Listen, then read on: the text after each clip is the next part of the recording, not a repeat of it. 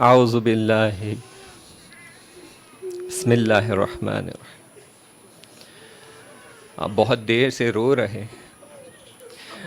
آپ میں سے بہت ہیں جو کل رات سے جاگے ہوئے ہیں، رات بھر عزاداری کی ہے، حسین پر ماتم کیا ہے، آنسو بہائے۔ زیادہ زحمت نہیں دوں گا، بہت مختصر سا بیان ہے۔ جمع ہوئے ہیں آنسو بہانے کے لیے حسین پر۔ سلام ہو ان پر جنہیں اپنے وطن سے جدا کیا گیا ہے، سلام ہو ان پر جنہیں مہماں بلا کر مارا گیا ہے، سلام ہو ان پر جن کے محاسن خون سے خضاب کیے گئے ہیں، سلام ہو ان پر جو اپنے خون میں نہاتے ہیں، سلام ہو ان پر جن کی رگیں بریدہ ہیں، سلام ہو ان پر جن کے سر ان کے بدن سے جدا کیے گئے۔ حاضی تو یہ زیارت ناہیہ کے بیان ہے، امام رو رہے ہیں، سلام بھیج رہے ہیں امام حسین پر۔ عاشور کا دن آ گیا ہے، آپ نے سب کے مصائب سن لیے ہیں، آپ نے سنا ہے علی اکبر نے برچی کھائی، آپ نے سنا ہے قاسم کا لاشا پامال ہو گیا، آپ نے سنا ہے جناب عباس کے بازو قلم ہو گئے، آپ نے سنا ہے علی اصغر نے تیر کھایا ہے۔ میں نہیں دہراؤں گا، بس کہنا چاہتا ہوں کہ امام چاہتے ہیں بدائی کرے۔ بڑا سخت مرحلہ ہے، بیویوں کو جمع کرتے ہیں، خیمے میں آتے ہیں کہ بیویاں چاہتا ہوں خدا حافظی کروں، بیویاں تڑپ جاتی ہے، کہتی ہے مولا ہمیں کس کے حوالے کر کے جا رہے ہیں، اب تو ہمارے چادروں کا محافظ علمدار بھی نہ رہا، آپ کے جانے کے بعد ہماری کون حفاظت کرے گا۔ امام چاہتے ہیں خدا حافظی کرے، صفیں بنائی جاتی ہے، بیویوں کے درمیان سے امام گزرتے ہیں، بیویاں امام کی آخری زیارت کرتی ہیں۔ اب امام اپنی بہن زینب کے پاس آتے ہیں، چاہتے ہیں خدا حافظی کرے، بی بی بہت مضطرب ہے، دل پریشان ہے، کہتے ہیں بہنا صبر کرنا، میرے جانے کے بعد بہت ظلم ہوگا، مصیبتوں کے پہاڑ ٹوٹیں گے، لیکن بہنا صبر کرنا۔ امام خدا حافظی کر کے خیمے کی در کی طرف بڑھتے ہیں، چند قدم چلتے ہیں، رک جاتے ہیں، پلٹ کر کہتے ہیں بہن زینب اماں کا وہ کرتا لا دینا، ایک اماں نے کرتا دیا تھا، ہائے وہ کرتا مجھے دے دینا۔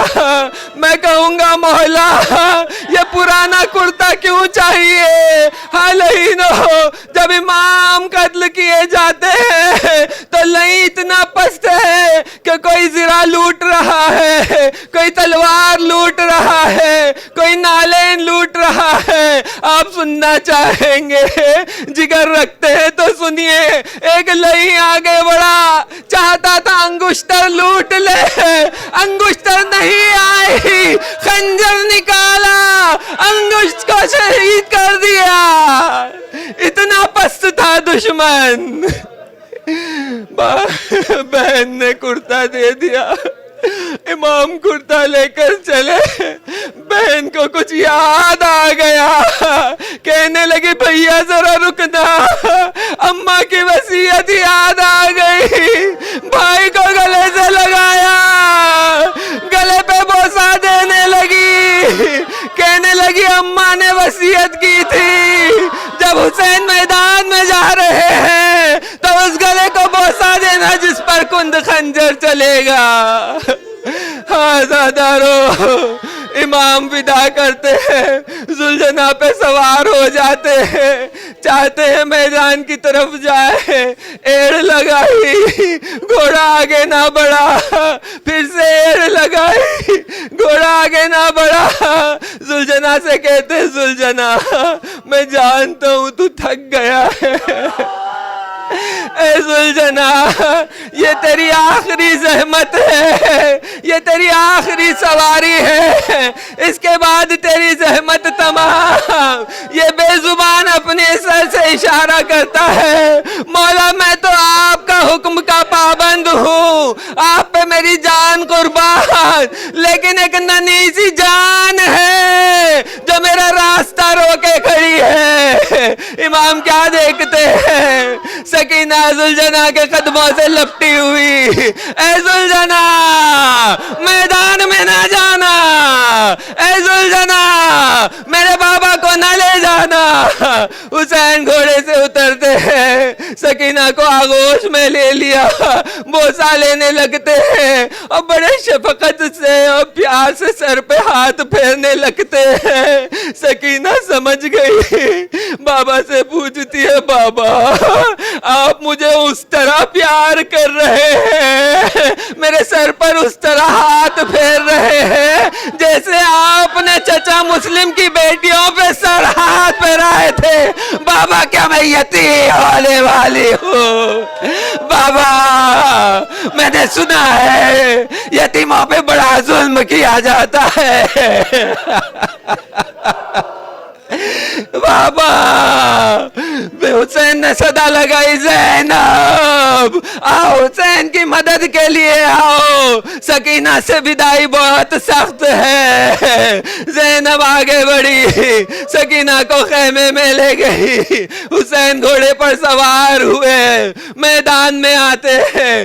دشمن کو لگتا ہے کہ صبح سے لاشیں اٹھا رہے ہیں، 3 دن کے بھوکے ہیں، پیاسے ہیں، خستہ ہے، ہم تو بڑی آسانی سے ان پر غلبہ پا جائیں گے، لیکن حیدر کرار کا بیٹا ہے، فاتح خیبر کا بیٹا ہے، ایسی جنگ کرنے لگا، فوج دوڑنے لگی، ایک ایک کر کے آتے، سر قلم کرتے واصل جہنم کر دیا، 2 کر کر آتے، انہیں بھی واصل جہنم کر دیا، چھوٹی چھوٹی ٹکڑیاں آتی، انہیں بھی واصل جہنم کر دیا۔ ایسی جنگ کرنے لگے کہ لشکر کے دامن میں پہنچ گئے تو لعینوں نے کیا کیا؟ خیمے پر حملہ کر دیا۔ حسین نے کہا لعینوں خیموں کی طرف کیوں بڑھتے ہو؟ حسین اب زندہ ہے۔ پھر سے امام نے جنگ شروع کی، ایک بار حملہ کرتے، لوٹ کر خیموں کی طرف آتے، پھر حملہ کرتے، لوٹ کر خیموں کی طرف آتے۔ ایک مرتبہ آسمان سے صدا آئی، حسین کیا اپنا وعدہ بھول گئے ہو؟ کیا اپنا وعدہ نانا سے بھول گئے ہو؟